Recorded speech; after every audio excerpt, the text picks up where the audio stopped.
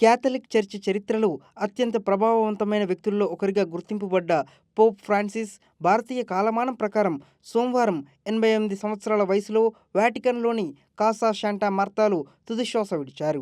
Vatican ఆయన మరణాన్ని అధికారికంగా ధృవీకరించింది. ఆయన మరణం ప్రపంచవ్యాప్తంగా క్యాథలిక్ సమాజాన్ని దిగ్భ్రాంతికి గురిచేసిందని పేర్కొంది. ఆదివారం జరిగిన ఈస్టర్ వేడుకల్లో ఆయన పాల్గొన్నారు. ఆయన అసలు పేరు జోర్జ్ మారియో బెర్గోగ్లియో 1936 డిసెంబర్ 17న అర్జెంటీనాలోని బ్యూనస్ ఐరిస్లో ఇటాలియన్ వలసదారుల కుటుంబంలో జన్మించారు. 1973 నుండి 1979 వరకు అర్జెంటీనాలో జెసూట్ ప్రావిన్షియల్ సుపీరియర్గా పనిచేశారు. 1998లో బెర్గోగ్లియో బ్యూనస్ ఐరిస్ ఆర్చ్ బిషప్గా నియమితులయ్యారు. 2001లో రెండవ పోప్ జాన్ పాల్ ఆయన్ను కార్డినల్గా ఎన్నుకున్నారు.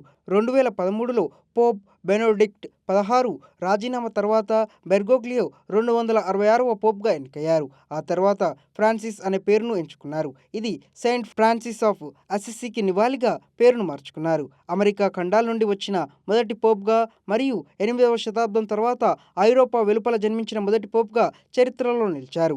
వాటికన్లోని ఆడంబరమైన పాపల్ అపార్ట్మెంట్లో నివసించడానికి బదులు కాసా శాంటా మార్తా గెస్ట్ హౌస్లో సాదా సీదాగా జీవించడాన్ని ఎంచుకున్నారు.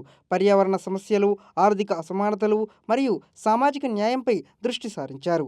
ఆయన ఉక్రెయిన్ యుద్ధం, గాజా సంఘర్షణ మరియు ఇతర ప్రాంతాల్లో శాంతి కోసం పిలుపునిచ్చారు. పోప్ ఫ్రాన్సిస్ యవ్వనంలో ప్లూరిసీ వ్యాధి కారణంగా ఒక ఊపిరితిత్తు భాగాన్ని తొలగించారు. ఇది ఆయన జీవితాంతం ఆరోగ్య సమస్యలకు కారణమైంది. పోప్ గత కొంతకాలంగా తీవ్రమైన శ్వాసకోశ, డబుల్ న్యూమోనియా, కిడ్నీ సమస్యలతో బాధపడుతున్నారు. 2025 ఫిబ్రవరి 14 నుంచి 38 రోజుల పాటు ఆసుపత్రిలో చికిత్స పొందిన పోప్ గత నెలే డిశ్చార్జ్ అయ్యారు.